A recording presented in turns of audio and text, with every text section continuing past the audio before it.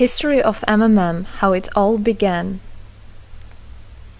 Starting up of MMM, in 1989, Moscow Executive Committee in Leninsky District registered MMM as a cooperative society. It is in Russia. A few words about the leader. The MMM Cooperative Society was founded by Sergei Mavrodi and was one of the leading computer equipment distributors in Russia. Sergei Mavrodi, having a degree in maths, worked as a programmer and took part in the development of the first operating systems. A few words about his decision to make his own company is the fact that having worked as a simple worker from 8 to 5, he understood that freedom is the most important for him, because that work of 8 to 5 is literally a slavery. At any point, at any time, the company can throw you out and you'll be left without nothing, although you could have worked in that company for years and years. So he realized it. This is why he decided to create his own child, and he knew whatever his efforts will be, it will come back to him in form of dividends and income. Free of charge travel campaign. In 1992, the brand became universally recognizable after Mavrodi offered several times to all the residents of Moscow a day of free of charge travel in metro, Moscow subway. Pretty smart. Birthday of MMM. On October 20, 1992, the joint stock company MMM was registered. In fact, it is a birthday of MMM in the traditional form in which people got used to consider it. The shares of MMM on sale. February 1st, 1994, the shares of MMM went on sale, and people immediately began to buy them. Moreover, the company willingly bought them back on a new, higher rate, which grew very fast at about 100% per month. The company's principle today is always more expensive than yesterday worked perfectly. Few words about that. Why did he do that? As you might know, in 1991, the Soviet Union fell. So if until at the time of the Soviet Union, everything that there was in the country, like properties, different companies, or whatever that was bringing some goods, was national. So any person of the country was entitled to have a share of that production, of that company. Everybody was equal. But when the Soviet Union fell, what it meant is that all the companies, all the properties had to be privatized. So you can imagine there is a company, a huge company. People worked there for years and years. And at one moment, there comes a person and says, all that is mine. Yes, this was the case. And obviously that information, that laws about the fact that it was possible to privatize was kept only for a small group of people for obvious reasons. So a simple worker who worked in that company for years and years or all his life didn't know he can actually come and say by law that that is his. So what genius idea Sergei Mavrodi had is to sell these shares to gather the money of the people, and with this money to buy those companies. So basically, if a person has an MMM share, he would have had an exact share from the company that Sergei Mavrodi bought. For example, a company from oil and gas or something else. Obviously, he knew perfectly which companies are worth it and which companies were not. There was quite a battle there. So as you can see, his idea was great, but let's see what happens. Government is trying to hinder MMM's activity. Surprise, surprise! Planned by the Russian government, MMM 94 was intentionally collapsed. It began when tax inspectors accompanied by OMON officers passed through the crowd of depositors and went inside the central office of the company to give a notice about the planned tax inspection. Right. So obviously, the small group of people that I was talking about is the government people, is the people that have connections and so on, and they wanted obviously all that money, all those properties to be kept in their hands. This is how the nowadays oligarchs were made. At that moment, they had nothing. In one day, they got loads of money, and now you can know them as very rich people who made their money on the back of a nation. So obviously they did something just to provoke some panic going through the crowd. Obviously, for any financial institution, a panic is really bad. As I remind you, at that time, MMM was selling shares, was a share stock company, let's say. Mavrody's arrest. Sergei Mavrody was arrested on tax evasion charge. Really lame excuse. It wasn't at all like that.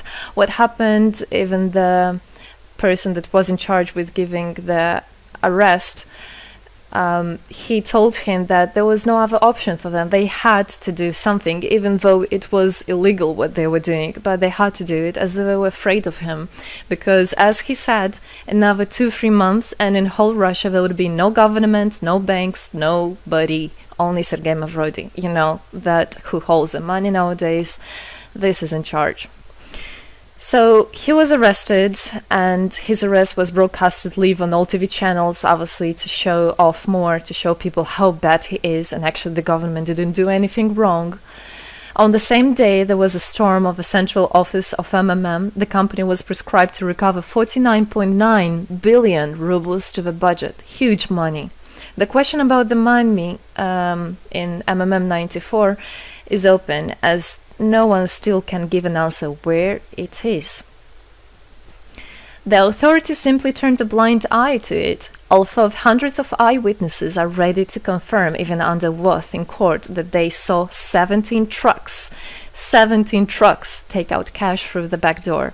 So unfortunately at that time there was no internet, no bitcoins, no other internet wallets, and all the money were obviously kept in cash in the MMM offices. And the government took advantage of it. They just came, took it out, and then they said nothing. Moreover, they didn't say where the money went. They even made the way to make people believe that Sergei Mavrody was the one who took all those 17 trucks of money and disappeared. But obviously it wasn't the case. It was a simply lame excuse. Demonstrations against state authorities. August 1994. Thousands of MMM depositors affected by the artificial collapse of the pyramid protested and demanded to set Mavrody free. Actually, Mavrody could have used his powers and do huge, bigger protests, but he decided not to do that, as that would made as obvious a different protests of this type. Could be people injured or even killed, so he decided not to use people in this purpose. It was very noble from him to do that. MMM leader became a deputy. However, he found a way to get out of the prison. Being imprisoned, Sergei Mavrody had managed to register as a candidate for a deputy of the State Duma and was released from prison. He won the elections by a landslide and became the deputy of the State Duma of the first convocation. So, as a deputy in Russia, they have privileges. This is why, becoming a deputy, he was set free. The State Duma is against Mavrody. Surprise, surprise! The State Duma deputies deprived Sergei Mavrody of his deputy plenary powers due to his permanent absence at the Duma's meetings. That incident was the only one in New Russia's history. Sergei Mavrody wasn't interested at all in politics. It's not, he hates politics, as he said it many times. So he became a deputy only for the reason to get out of a prison. That's it. He wasn't interested to go at their meetings, as he himself considered as well the people there as being quite silly and not worthy to spend time with. But this was another lame excuse for them to deprive him by saying that he is absent. A candidate for presidency. The Central Election Commission registered the authorized representatives of the initiative group that had nominated Mavrody as a candidate for the president of Russia, but subsequently rejected a significant part of the signatures in the support of a candidate, and his registration was renounced. So, for obvious reasons, they did that again. They weren't interested into having a fair president, a fair leader on top of their head. Revival of MMM, January 2011. Sergei Mavrody renounced launching a new launching a new project of MMM 2011. Together we change the world. Previously, there were simply no analogs of similar systems in the world. The film about MMM, the launch of a project fell in the same time interval with the release of Russian film about MMM Pyramid, the plot of which is based on the eponymous book in which the history of MMM is disclosed by Sergei Mavrodi. So he wrote a book, and there is a movie which I highly recommend you to watch. You can find it online on YouTube. MMM is building a new, fair financial order. June 2012, the activity of MMM made a lot of banks collapse and a huge outflow of funds from deposit accounts happened. The system numbered more than 35 million members at the time.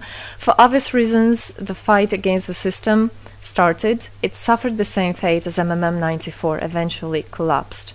So what happened? A lot of banks, as I already said, had a huge outflow, and another minus of the system of that time was that it wasn't really quite a community, because the money was still kept by the managers in MMM. So it wasn't the same idea as it is now, comparing it now, where people exchange money between themselves. You don't need to put it in a central account.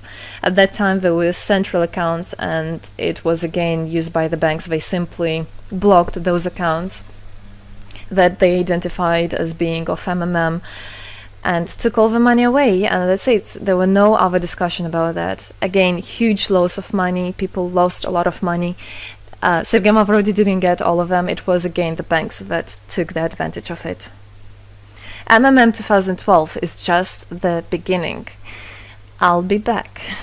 Sergei Mavrodi announced the launch of a completely new MMM, World Mutual Aid Fund, MMM community. It speeded up since the first day, showing crazy dynamics on new members' registration. It has been decided to send 10% of the whole turnover on payments to the affected members of MMM 2011.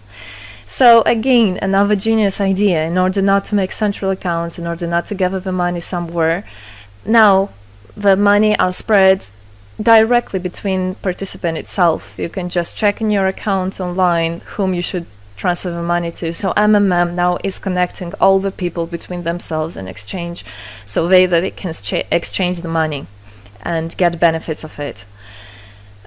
It's amazing and it's crazy, but it is true. MMM is growing. Some short facts. 2012, MMM started its development in India. It had great, huge developments. 2012-2013, following India, MMM Bangladesh was launched as well. 2013, MMM Indonesia was launched. 2014, MMM Hong Kong. And it's not the end. MMM Global, 2014. MMM Global started up in the spring 2014. It is a voluntary network, a community of millions and millions of people from more than 100 countries worldwide. So there is already MMM settled in Argentina, Brazil, Philippines, Hong Kong, and other. And all the rest of people in the world from all the countries of the world are able to participate as well. So they rebelled against the financial slavery and combined their money for this purpose. So how it is possible? MMM, the Republic of Bitcoin. Bitcoin is another genius idea to set the world free. For MMM Global participants' convenience, there were some 20 ideas on funds transfers implemented. From now on, all the countries where you can buy and sell Bitcoins can be registered in a branch of Free People of the Republic of Bitcoin. Thus, there is no barriers to develop MMM in small countries due to their restrictions on the international bank transfers. Banks. This is not something that we would want to use, as the banks can anytime put restriction on an account or even block an account and take all the money. Yes, the banks can do that. Read better your contract. So, Bitcoins is really genius idea to do that. Join MMM Global, join our community, set the world free. Don't hesitate, don't even think of going back, just go always forward. We are writing the history right here and right now. We are not going to be any more slaves working from 8 to 5, having pennies for that. We want to hold our own money and to get the benefits of it. I don't want a bank to use my money for their own purposes. I want us people, free people, to use our money, to exchange the money when it is needed, and to help each other. This is really a great idea. And join us, write the history here today with us, and together we will indeed change the world.